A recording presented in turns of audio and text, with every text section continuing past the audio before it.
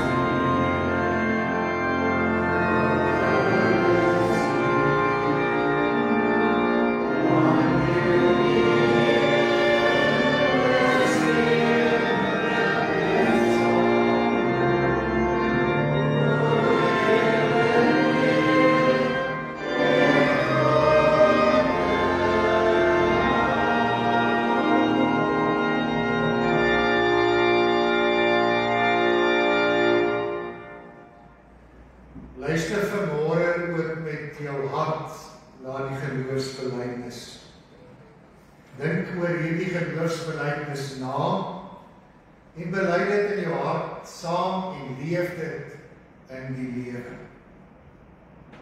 Die eenheid van die kerk is die werk van die een God en een Gees. Die eenheid van die kerk en nie die verskeidenheid nie, is 'n gawe en 'n opdrag aan die kerk. Doch erken ons ook die verskeidenheid en diversiteit in die kerk van Christus. Ons lees in Romeine 12 en in 1 Korintiërs 12 van die verskillende gawes van die Gees en die verskeidenheid onder gelowiges. Diversiteit is nie 'n bedreiging vir die kerk nie. En die verskillende stemme wat in lof tot God opgaan, is 'n simfonie tot eer van God. Skakering, met ander woorde verskeidenheid in spiritualiteit word daarom gerespekteer. Tog kan ons nooit by die verskeidenheid volstaan en die eenheid verbygaan nie. Versoenende eenheid bly die kerk se opdrag vir die hede en die toekoms. Die hervormde kerk handhaaf die eenheid van die kerk, diep bewus daarvan dat ons in 'n gebroke werklikheid kerk moet wees. Amen. Kom ons bid ook saam. Here, ons wil vanmôre dankie sê vir die pragtige dag. 'n Sonskyndag in die herfs, 'n heerlike dag, 'n mooi dag, 'n dag wat ons opgewonde maak om op te staan en vorentoe te beweeg. Mag ons in hierdie dag ook die behoefte en die wille hê, Here, om U wil na te streef. Ons besef, Here, U wil vra van ons alles. U wil vra van ons dat ons U sal lief hê met ons hele hart, met al ons krag en met ons hele verstand. Ons besef, Here, dat ons dit dikwels nie met al ons krag en met ons hele hart en met ons hele verstand doen nie, maar so halfpad, of so wanneer ons tyd het, of so wanneer ons krag het. Gee vir ons, Here, deur die Gees, die wil en die lus om U ten volle lief te hê. En dan weet ons, Here, dat die woord ons ook leer om ons naaste lief te hê. Die mense wat rondom ons is. En ons erken, Here, dis nie altyd vir ons maklik nie, want ons verskil so van mekaar. Ons dink anders, sê anders, ons doen anders. Mag ons, Here, by daardie verskeidenheid verbykyk, dit omarm en mekaar lief hê omdat U ons Vader in die hemel is en ons almal broers en susters van mekaar is. Mag ons ook, Here, daarom ons naaste lief hê, net soos wat ons onsself ook lief het. Amen. Kom ons maak gereed om die woord van die Here te hoor, deur saam te sing uit Psalm 2, 5 en 7, strofes 1 tot 3. O Heer, maak oop my hart se poort. Maak my ontvanklik vir die woord wat my U raad en wil verklaar. Na ons die 3 strofes gesing het, sal jy onthou dat die melodie nog eenmaal speel. Die bedoeling is dat ons dan stil en eerlik en opreg introspeksie sal doen, na onsself sal kyk. Oh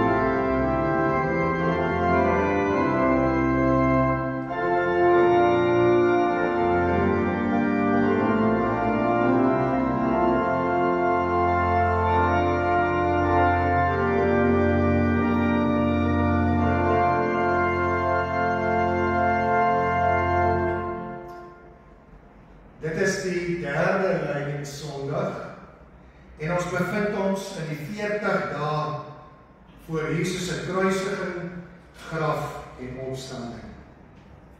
Ons noem hierdie tyd in die kerklike jaar Lent. Lent is een van die oudste Christelike praktyk. Oor die honderde jare het die kerk die tyd van Lent gebruik om aan spesifieke geloofspraktyke aandag te gee. Ons gebruik hierdie 40 dae om in besonder die volgende te doen. Jy gebruik hierdie 40 dae van Lent om intentioneel inventaris van jou lewe te neem. Jy gebruik hierdie 40 dae van Lent om intentioneel selfondersoek te doen. Jy gebruik hierdie 40 dae van Lent om intentioneel dinge wat ons aandag aflei van 'n intieme verhouding met God uit te skakel. Jy gebruik hierdie 40 dae van Lent om intentioneel meer van die Here te leer. Jy het 'n woord gehoor, intentioneel. Met ander woorde, doelbewus, beplan. Want as ons dink dit gaan maar net gebeur, dit gaan nie maar net gebeur nie. Die 40 dae gaan verbygaan en ons gaan dit nie gebruik nie vir waarvoor ons hierdie tyd behoort te gebruik nie. Daarom intentioneel, doelbewus, ek besluit om dit so te doen. Omdat dit vandag die derde Lydingssondag is, vra ons vanmôre vir Nico Els en Skriba om vir ons 3 van die 7 kerse dood te plaas.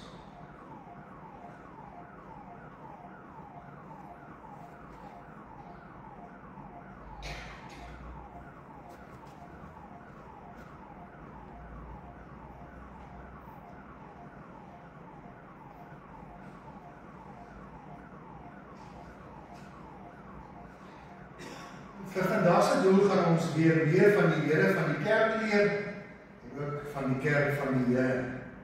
Lees nou saam met my uit Markus 4 vers 35 tot 41. Laat daardie middag sê Jesus vir sy disippels: "Kom ons vaar oorkant toe." Hulle het die mense wat daar was, daar laat bly en hom saamgeneem in die skuit waar hy gesit het.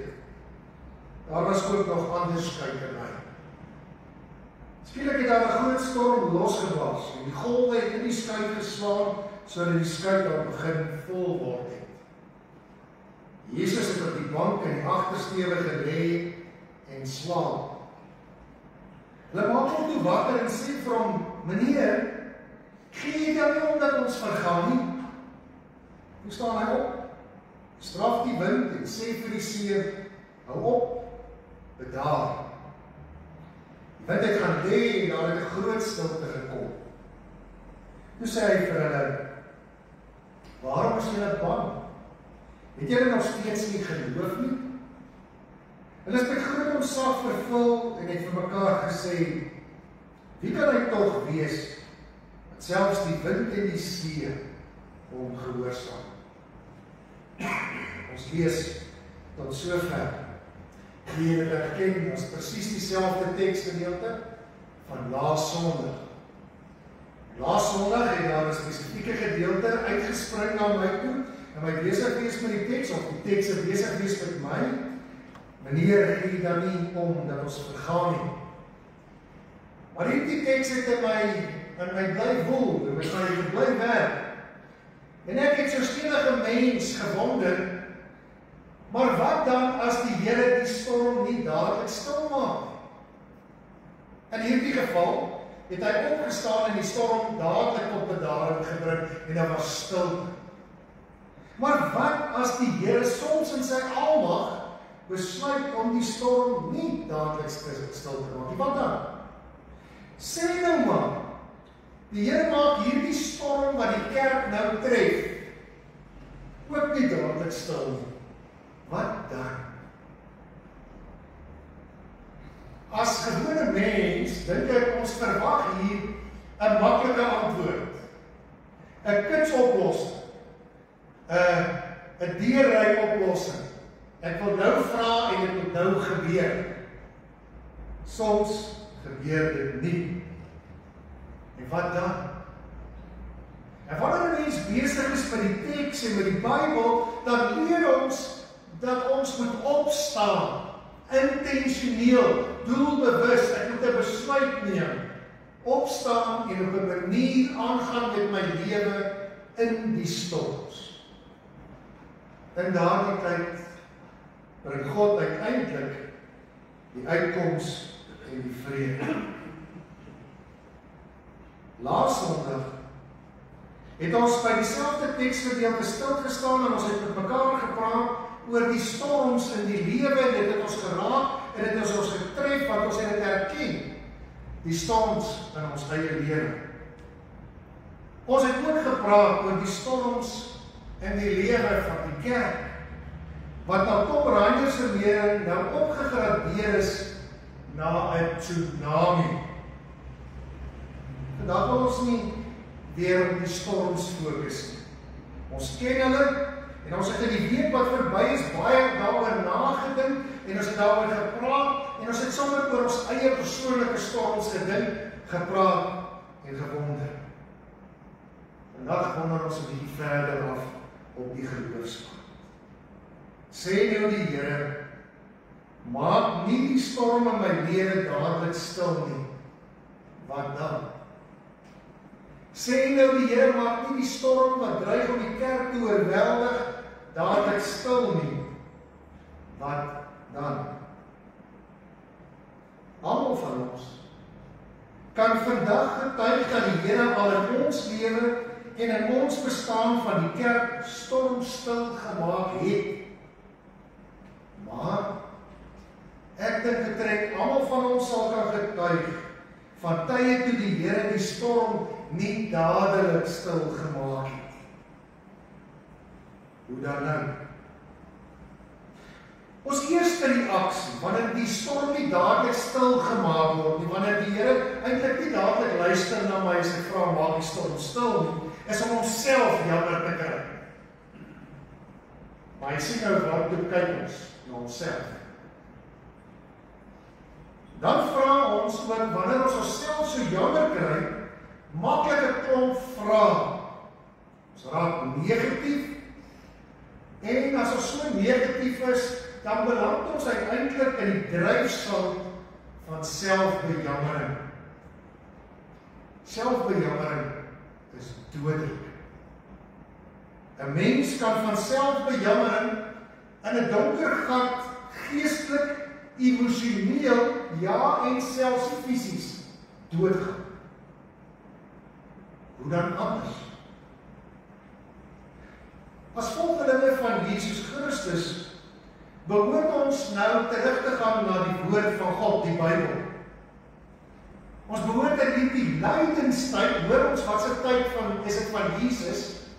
Dis sy lydenstyd, sy stormtyd, sy swaarkrytyd, juis meer van die woord van die Here en die Here van die woord te leer.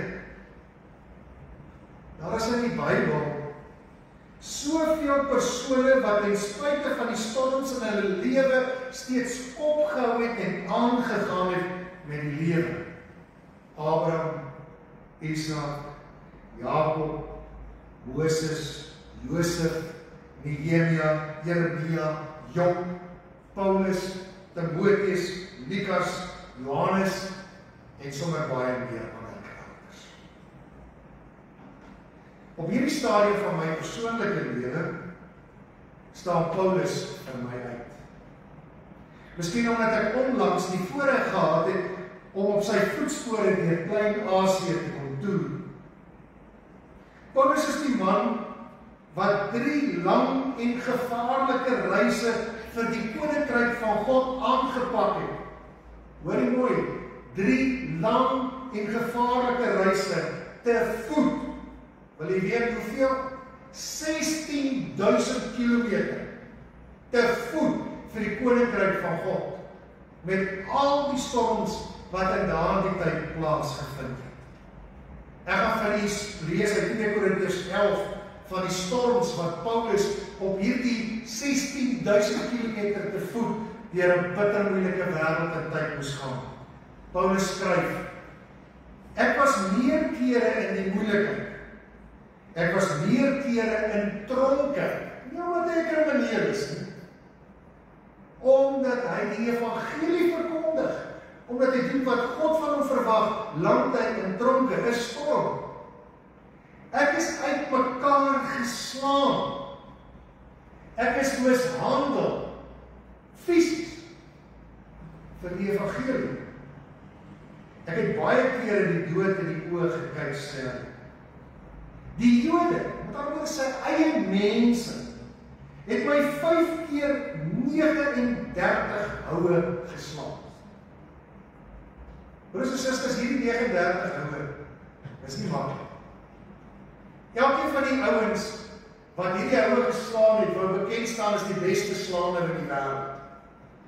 So hulle het 'n handtekening merk gehad op die manier waarop hulle hierdie persoon oor hulle lyf geslaan. Hulle het jou totaal kaal uitgetrek. En dan het hulle jou 39 houe met hierdie riewe en loodballetjies geslaan vir die evangelie. Ons weet dat Paulus se liggaam na daardie 39 kere in skok gegaan het. Dat hy beheer oor sy liggaam verloor het. Dat sy liggaam ontslaag geraak het van 'n klomp goeds. Hy het vir die evangelie gedoen. As jy nou wil praat van 'n storm, hierdie man ken storms vir die koninkryk. 3 keer is ek wreed met stokke geslaan. 1 keer is ek met klippe gegooi en toe vir dood agtergelaat. 3 keer was ek op skepe wat gesink het. Ek het 1 keer 'n hele nag en 'n hele dag hulpeloos op die oop see rondgedryf. Ek moes al baie kere ver loop en lang reise onderneem. Dan was ek in gevare van riviere, in gevare van rowers, in gevare van my eie volksgenote, in gevare in 'n stad, in gevare op 'n verlate plek, in gevare op die see, in gevare tussen vals gelowiges, in harde werk en klipharde arbeid. En Paulus moes hard werk, weet hy was 'n tentmaker om vir homself kos en slaapplek te kon bekostig.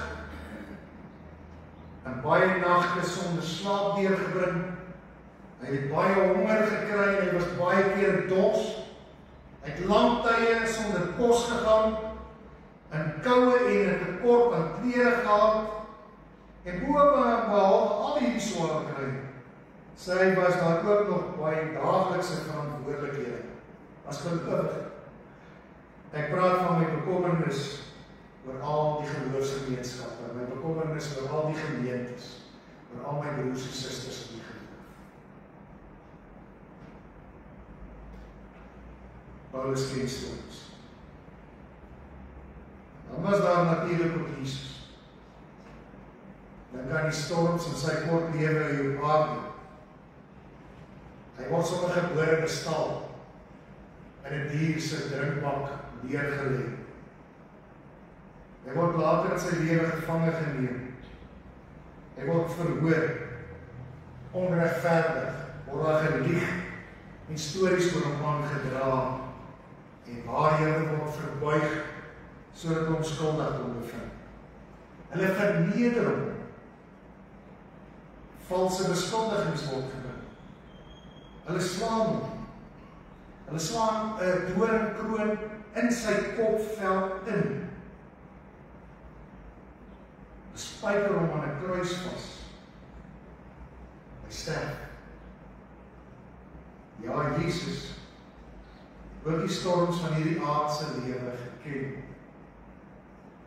Ek voel my storms is maar baie klein golfies teenoor Jesus en Paulus. Ek en jy, die kerk ken storms. Ons glo omdat ons gelowig is, God sal die storms weer stil maak, maar ons weet en ons leer ook nou op sy tyd, sy plek, sy manier. Wat as God nie die storms dadelik in my stil maak? By Jesus en by Paulus en by ander leer ons dat ons moet aangaan met die leer, tree vir tree. verskil. Ek gaan nie aan met die lewe gefokus op my behoeftes en my ervaring van die storms nie. Ek moet opstaan en aangaan met die lewe gefokus op die wil van God ten spyte van die storms in my lewe. Verkeerdste en die gevaarlikste ding om te doen in daardie oomblik is om jouself te begin jammer kry. Draai daarom weg van jouself af. Kyk na die groter prentjie, die saak van God en doen sy wil. Eerstens dink ek dis belangrik om die storms in jou lewe te herken. Ja, ons kan nie meer stry byvoorbeeld by die kerk, dat die kerk se lidmate al minder en minder word en dat die rieme al dunner en dunner gesny moet word. Daar is 'n tsunami wat besig is om die kerk te tref. Gaan ons jammer kry? Gaan ons kla oor alles wat ons nie meer het nie en behoort te hê? Of gaan ons opstaan en doen wat God van ons verwag te midde en ten spyte van hierdie tsunami wat ons besig is om ons te tref? En ons leer in die woord praktiese gelyk. Die woord van God sê vir ons, as ons wil opstaan en wil voortgaan ten spyte van die storms, tot die dag dat die Here die storm stil maak, behoort ons inkarnerend te leef. Gaan nou meer daaroor sê. Maar ons behoort ook missionaal te leef. Ons behoort ook relasioneel te leef. Ja, en is tyd dat ek en die kerk weer met integriteit begin leef. Ek herhaal. Wat is dit wat ek en jy moet doen en ons moet fokus as ons wil vorentoe beer in die storms, as die Here dit nie dadelik stil maak nie? Ek en jy moet inkarnerend leef. Ons moet missionaal leef. Ons moet relasioneel leef en met integriteit leef. Kom ons staan vir die doel van vandag by die eerste geloofsgewoonte stil. In hierdie storms behoort ons inkarnerend te leef.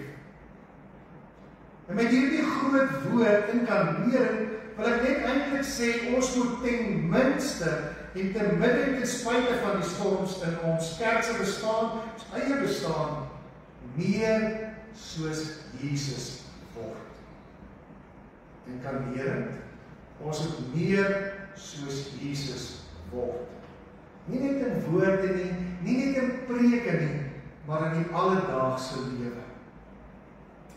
'n Klompie jare gelede het die Hervormde Kerk hierdie logo ontwikkel om iets te sê van ons kerkwees in die wêreld waar ons leef.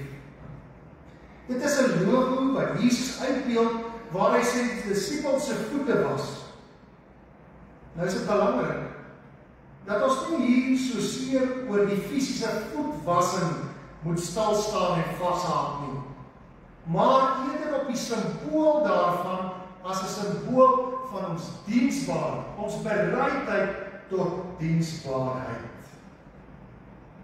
Daarmee het die kerk gesê vanuit die Bybel, as ons as 'n Hervormde Kerk en lidmate van die kerk wil soos Jesus diensbaar wees vir hierdie stikkende wêreld, moet ons soos hy word. Diensbaar beteken, hier is ek, gebruik my vir God se saak. Nie hier is ek wil dit hê nie. Hier is ek, gebruik my vir God se saak. Met Jesus se diensbaarheid het dit nooit oor homself gegaan nie, maar oor hulle aan wie hy die diensbaarheid bewys het. En daar moet ons vraag afvra. As ons inkarnerend in hierdie moeilike tyd soos Jesus wil word, hoe kan ek diensbaar wees vir my huweliksmaat? Hoe kan ek diensbaar wees vir my kinders? Hoe kan ek diensbaar wees vir my kleinkinders en agterkleinkinders? Hoe kan ek as kind diensbaar wees vir my ouers, my grootouers? Hoe kan ek diensbaar wees by my skool, by my werk? Hoe kan ek diensbaar wees in my gemeente, my geloofsgemeenskap, wat God vir my gegee het om my geloof in uit te leef. Nie 'n geloofsgemeenskap ontvang sodat ons kan kry nie, maar sodat ons kan gee. Hoor ons, diensbaar is nie wat ek nodig het. Diensbaarheid is wat ek kan gee. Gee vra van jou. Gee vra van jou opoffer, erkenning. Ek onthou skielik uit my jong mens daai die lirieke van een van Janie de Tooy se liedjies. Die liedjie se titel was Ek wil vir jou. Die refrein het so gegaan, ek sal dit gelukkig nie vir julle sing nie, maar net vir julle lees. Ek wil vir jou somer wees en stilte gee. Ek wil vir jou die son gaan haal, die wind en die see. Ek wil so graag myself vir jou gee. Ek wil so graag myself vir jou gee. My man, my vrou, my kind, my ouma, my oupa, my kerk. Om inkarnerend te wees, moet jy die volgende kan sê, moet jy die volgende kan bedoel, en moet jy die volgende kan doen. Ek wil so graag myself vir jou gee. Vir mense wat alles in die lewe wil hê en op allerhande regte en voorregte aanspraak maak en staat maak, is hierdie 'n lewensveranderende geloofsgewoonte. Dis lewensverandering om in die wêreld waar ons vandag leef, eerder te gee as om te neem. Waarom sê die Bybel? Gelukkiger is hulle wat gee, eerder as neem. Die Bybel sê, wees barmhartig, soos die Here barmhartig is. Dink 'n bietjie na oor inkarnerende kerk wees, te midde van die spyt en te midde ten spyte van die storms. Dink 'n bietjie na om inkarnerend gelowig te wees.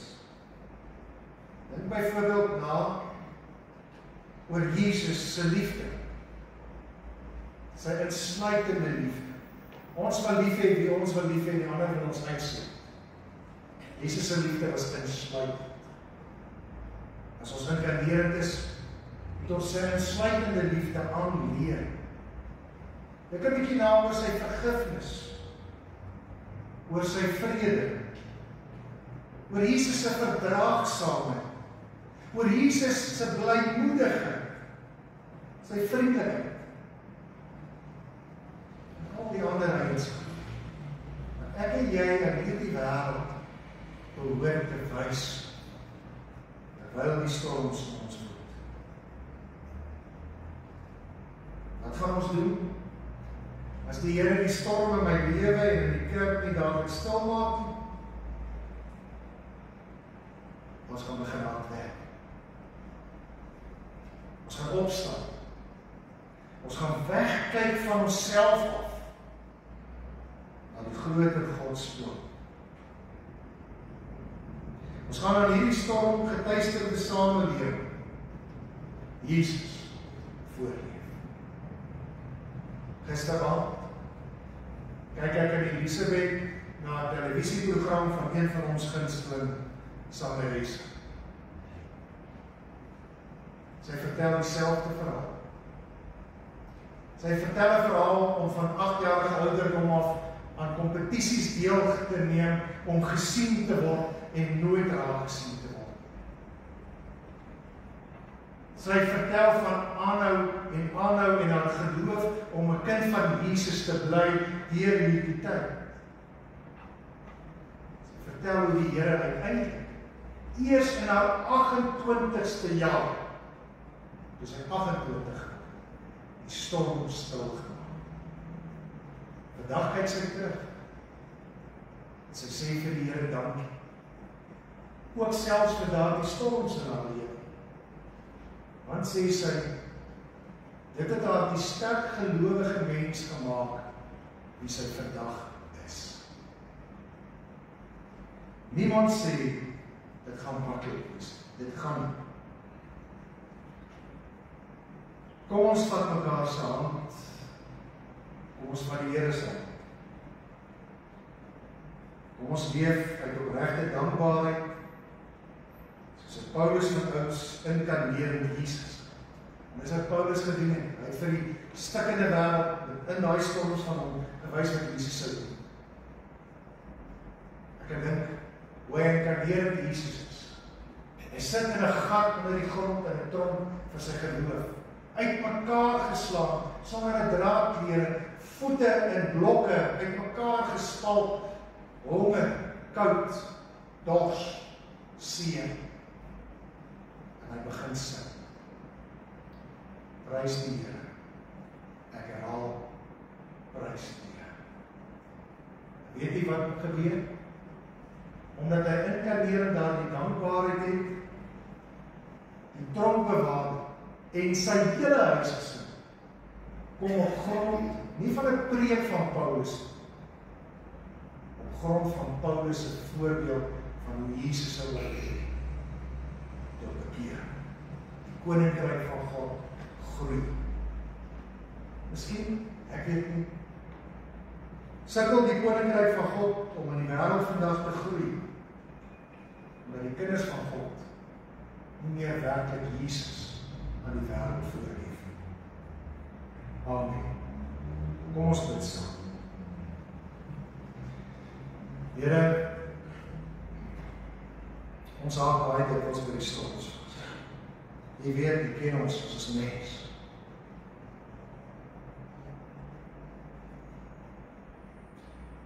Ons het eintlik maar net stilte en nie slimmigheid. As ons die woord vanmôre weer hoor, dan besef ons dis moeilik om gelowig te wees. Besef ons is moeilik om 'n kind van die Here te wees. Maar ons hoor ook die Gees vir ons vanmôre sê, ek sal daar by julle op die bootjie wees. Ek sal julle nie alleen los in die storms. Mag ons op U en U wil in hierdie stukkende wêreld fokus en leef. Tel elkeen van ons vanmôre op, Here. Hou ons vas. Stuur ons ook uit na die wêreld waar ons skool gaan en waar ons werk en waar ons kuier en waar ons wat ook om Jesus aan die stukkende wêreld voor te leef. Sê, dis die krag wat hierdie wêreld tot bekering sal bring. Dis die krag wat hierdie wêreld tot ander insigte sal bring. Gee ons daardie krag. Amen. Psalm 409 skrif vers 1-3, hoor hierdie Paasfeesklokke, die Here het opgestaan. Aan die woorde, na al hierdie lyding wat ons vier en oor nadink, sien ons ook die opstaan. Ons sien nie net die lyding alleen nie. Ons kyk nie net vas in die golwe van die lyding nie. Ons sien ook die opstaan. Die Here voer heerskappy. Psalm 409 vers 1-3.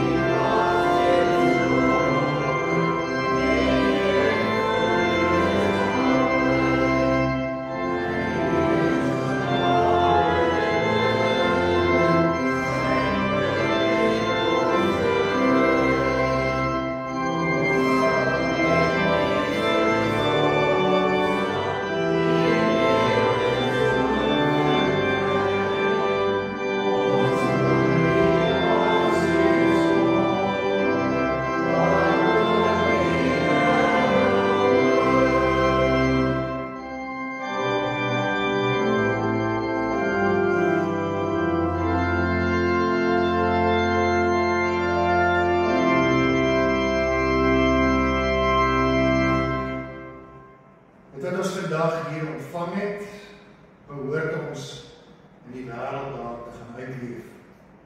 Inkoms en uitgang, aanvang en einde, soos U bepaal, Heer, lei ons nou verder. Kom ons by ons hoof vir die wegsending seëngroet. Geloof is om te bly hoop op die God wat medelee met hulpelose mense het. Die God is nou by ons en hy verseker ons dat hy ons sal seën van alle kante, sal hy ons beskerm. Dat ons gebede sal verhoor en aan ons vrede sal gee. Amen. Kom ons bid verder saam. Laat my in U skadu bly. Gee dat elke aardse vreugde en vrees eintlik nietig word vir my. Elke afdraaipaadjie ken, elke keer het ek afgedwaal. Elke keer het U my iewers kom haal. Maak dit weer die laaste maal. Vonkie 2:4-3, stroofs 1 tot 3 ons